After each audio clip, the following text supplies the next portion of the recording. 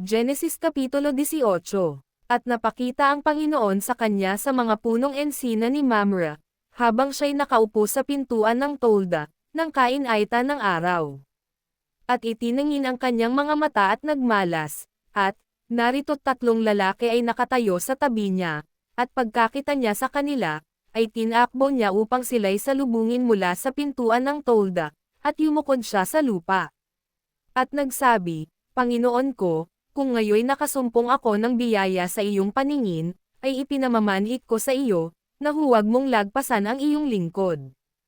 Itulot mong dalhan kayo rito ng kaunting tubig, at maghugas kayo ng inyong mga paa, at mangagpahinga kayo sa lilam ng kahoy. At magdadala ako ng isang subong tinapay at inyong palakasin ang inyong puso, at pagkatapos ay magsisipagtuloy kayo, yamang kayo'y naparito sa inyong lingkod, at nagsipagsabi, mangyari ang ayon sa iyong sinabi. At si Abraham ay nagmadaling napasa tolda ni Sarah, at sinabi, maghanda ka agad ng 3 takal ng mainam na harina, iyong tapayin at gawin mong mga munting tinapay. At tumakbo si Abraham sa bakahan at nagdala ng isang bata at mabuting guya, at ibinigay sa alipin, at siya'y nagmadali, upang lutuin. At siya'y kumuha ng mantkila, at ng gatas, at ng gayang niluto niya, at inihain sa harapan nila, at siya'y tumayo sa siping nila sa lilam ng punong kahoy, at sila'y nagsikain. At sinabi nila sa kanya, saan naroon si Sarah na iyong asawa? At sinabi niya narito, nasa tolda. At sinabi niya, walang salang di ako babalik sa iyo sa ganitong panahon ng taong darating, at narito't si Sarah na iyong asawa ay magkakaanak ng isang lalaki. At narinig ni Sarah sa pintuan ng tolda, na nasa likod niya. Si Abraham at si Sarah ay matatanda na, at lipas na sa panahon, at tinigilan na si Sarah ng kaugalian ng mga babae. At nagtawa si Sarah sa kanyang sarili, na sinasabi, pagkatapos na ako'y tumanda ay magtatamo ako ng kaligayahan, at matanda na rin pati ng Panginoon ko. At sinabi ng Panginoon kay Abraham, bakit tumawa si Sarah, na sinasabi, tunay kayang ako'y mangganganak, na matanda na ako. May anumang bagay kayang napakahirap sa Panginoon. Sa tadhanang panahon ay babalik ako sa iyo, sa taong darating, at si Sarah ay magkakaanak ng isang lalaki. Nang magkagayo'y nagkaila si Sarah, na sinasabi, hindi ako tumawa, sapagkat siya'y natakot. Ngunit sinabi niya, hindi gayon, kundi ikaw ay tumawa. At nangagtindig doon ang mga lalaki, at nangagsitingin sa dakong Sodoma, at sinamahan sila ni Abraham, upang ihatid sila sa daan. At sinabi ng Panginoon, ililihim ko ba kay Abraham ang aking gagawin? Danggang si Abraham ay tunay na magiging isang bansang malaki at matibay, at pagpapalain sa kanya ang lahat ng bansa sa lupa. Sapagkat siya'y aking kinilala, upang siya'y mag-utos sa kanyang mga anak at sa kanyang sangbahayan pagkamatay niya, na mainggatan nila ang daan ng Panginoon, na gumawa ng kabanalan, at kahatulan, upang padatnan ng Panginoon, kay Abraham ang kanyang ipinangako tungkol sa kanya. At sinabi ng Panginoon, sapagkat ang sigaw ng Sodoma at Gomora ay malakas, at sapagkat ang kasalanan nila ay napakalubha. Ay bababa ako ngayon at titingnan ko kung ginawa nga ang ayon sa sigaw na dumarating hanggang sa akin, at kung hindi ay aking malalaman. At ang mga lalaki ay nagsilayo roon at nagsitungo sa Sodoma datapwat si Abraham ay nakatayo pa sa harapan ng Panginoon. At lumapit si Abraham, at nagsabi, ang mga banal ba ay iyong lilipuling kasama ng mga masama? Kung sakaling may 5 pang banal sa loob ng bayan, lilipulin mo ba? At di mo patatawarin ang dakong yaon, alang-alang sa 5 pang banal na nasa loob ni yaon. Malayo nawa sa iyo ang paggawa ng ganito, na ang banal ay iyong patayin kasama ng masama, anupat ang banal ay mapare sa masama, malayo nawa ito. Sa iyo, di ba gagawa ng matuwid ang hukom ng buong lupa? At sinabi ng Panginoon, kung makasumpong ako sa Sodoma ng 5 pang banal sa loob ng bayan, patatawarin ko ang buong dakong yaon, alang-alang sa kanila. At sumagot si Abraham, at nagsabi, narito, ngayoy nang ahas akong magsalita sa Panginoon, akong alabok at abo lamang. Kung sakaling magkukulang ng 5 sa 5 pangbanal, lilipulin mo ba, dahil sa 5 kulang, ang buong bayan? At sinabi niya, hindi ko lilipulin kung makasumpong ako roon ng 45. At siya'y muling nagsalita pa sa kanya, at nagsabi, marahil ay may masusumpungang 40. At sinabi niya, hindi ko gagawin, alang-alang sa 40. At sinabi niya, o huwag magalit ang Panginoon, at ako'y magsasalita, kung sakaling may masusumpungan dong 30. At sinabi niya, hindi ko gagawin kung makakasumpong ako roon ng 30. At kanyang sinabi, narito ngayon, ako'y nangahas na magsalita sa Panginoon, kung sakaling may masusumpungan dong 20.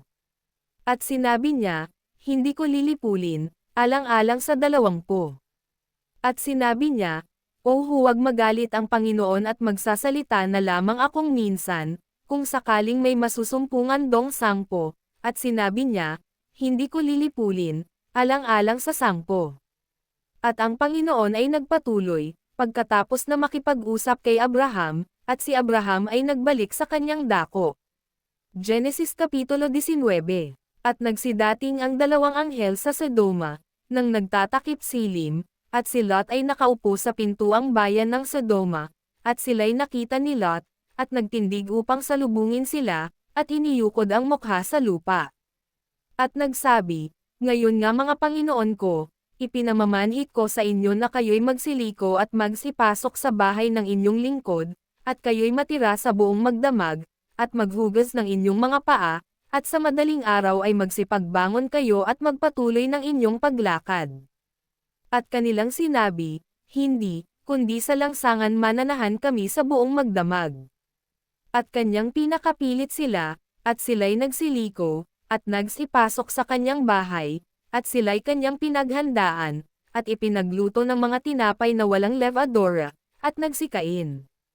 Datapwat bago nagsihiga, ang bahay ay kinulong ng mga tao sa bayan sa makatuwid bagay ng mga tao sa Sodoma, na mga binata at gayon din ng mga matanda ng buong bayan sa buong palibot. At kanilang tinawagan si Lot, at sinabi sa kanya, saan nang aron ang mga lalaking dumating sa iyo ng gabing ito? Ilabas mo sila sa amin upang kilalanin namin sila. At nilabas sila ni Lot sa pintuan, at isinara ang pinto sa likuran niya.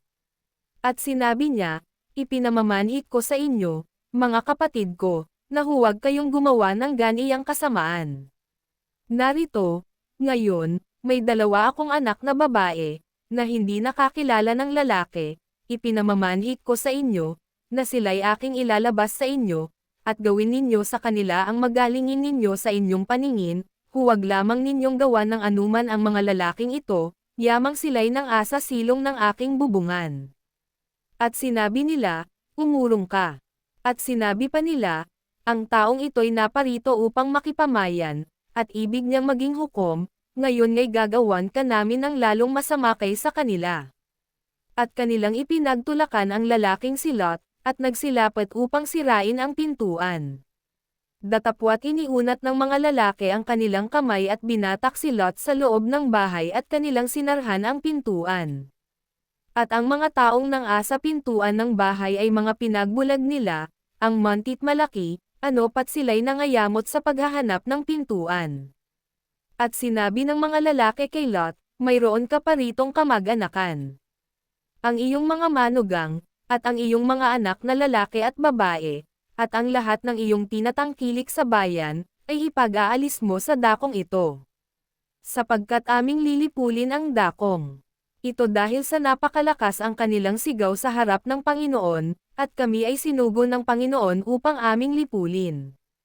At si Lot ay lumabas, at pinagsabihan niya ang kanyang mga manugang na nag-asawa sa kanyang mga anak na babae, at sinabi, magtindig kayo, magsialis kayo sa dakong ito, sapagkat gugunawin ng Panginoon ang bayan. Datapwat ang akala ng kanyang mga manugang ay nagbibiro siya. At nang umumaga ay pinapagmadali ng mga anghel si Lot, na sinasabi, magbangon ka, ipagsama mo ang iyong asawa at ang iyong 2 anak na babae na narito, baka pati ikaw ay madamay sa parusa sa bayan. Datapwat siya'y nagluluwat, At hinawakan ng mga lalaki ang kanyang kamay, at ang kamay ng kanyang asawa, at ang kamay ng kanyang dalawang anak na babae, sa habag sa kanya ng Panginoon, at siya'y kanilang inilabas, at siya'y kanilang inilagay sa labas ng bayan. At nangyari, na nang sila'y mailabas na nila, ay sinabi, itakas mo ang iyong buhay, huwag kang lumingon o huminto man sa buong kapatagan, tumakas ka hanggang sa bundok, baka ikaw ay mamatay.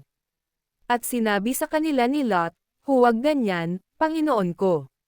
Narito, ngayon ang lingkod mo ay nakasumpong ng biyaya sa iyong paningin, at pinakalaki mo ang iyong awang ipinakita sa akin sa pagliligtas ng aking buhay, at ako'y di makatatakas sa bundok, baka ako'y abutan ng sama, at ako'y mamatay. Narito, ang bayang ito ay malapit takasan at maliit, o tulutan mong tumakas ako roon, di ba yao'y maliit? At mabubuhay ako. At sinabi sa kanya, narito, sa bagay mang ito ay pinayagan din kita, na hindi ko gugunawin ang bayang iyong sinalita. Magmadali ka, tumakas ka roon, sapagkat wala akong magagawa hanggang sa dumating ka roon. Kaya't ang pangalang itinawag sa bayang yaon ay Zor. Ang araw ay nakalitaw na sa lupa nang dumating si Lot sa Zor.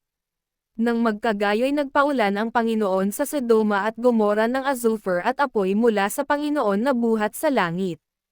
At ginuno niya ang mga bayang yaon, at ang buong kapatagan at ang lahat ng nangananahan sa mga bayang yaon, at ang tumutubo sa lupang yaon. Datapwat ang asawa ni Lot ay lumingon sa likuran ni Lot, at naging halijing asin. At si Abraham ay samampang maaga ng kinaumagahan sa dakong kinatayuan niya sa harap ng Panginoon. At siya'y tumingin sa dakong Sodoma at Gomora, at sa buong lupain ng kapatagan, at tumano, at narito, ang usok ng lupain ay napaiilang lang na parang usok ng isang hurno. At nangyari, na nanggunawin ng Diyos ang mga bayan ng kapatagan, na nalaala ng Diyos si Abraham, at pinalabas si Lot, mula sa gitna ng pinagdanawan, nang gunawin ang mga bayan na kinatitirahan ni Lot. At sumampa si Lot mula sa Zor at tumira sa bundok, at ang kanyang dalawang anak na babae na kasama niya, sapagkat siya'y natakot na tumira sa Zor, at siya'y tumira sa isang yungib, siya at ang kanyang dalawang anak na babae. At sinabi ng panganay sa bunso, ang ating ama ay matanda, at walang lalaki sa lupa na sumiping sa atin, ayon sa ugali ng sangkalupaan. Halika, painumin natin ng alak ang ating ama, at tayo'y sumiping sa kanya, upang mapalagi natin ang binhi ng ating ama. At pinainom nila ng alak ang kanilang ama ng gabing yaon, at pumasok ang panganay at sumiping sa kanyang ama, at hindi naalaman, ng ama nang siya'y mahiga ni nang siya'y magbangon. At nangyari ng kinabukasan, na sinabi ng panganay sa bunso, narito, ako'y sumiping kagabi sa aking ama, painumin din natin ng alak sa gabing ito, at pumasok ka, at sumiping ka sa kanya, upang mapalagi natin ang binhi ng ating ama. At pinainom din nila ng alak ang kanilang ama ng gabing yaon, at nagtindig ang bunso, at sumiping sa ama, at hindi naalaman ng ama nang siya'y mahiga, ni nang siya'y magbangon. Sa ganito'y kapwa nagdalang tao ang mga anak ni Lot sa pamamagitan ng kanilang ama, at nanganak ang panganay ng isang lalaki, at tinawag ang kanyang ngalang Moab, na siyang ang ama ng mga Moabita, hanggang sa araw na ito, at ang bunso ay nanganak din ng isang lalaki, at tinawag ang kanyang pangalang Ben-Ami, na siyang ang ama ng mga anak ni Ammon, hanggang ngayon.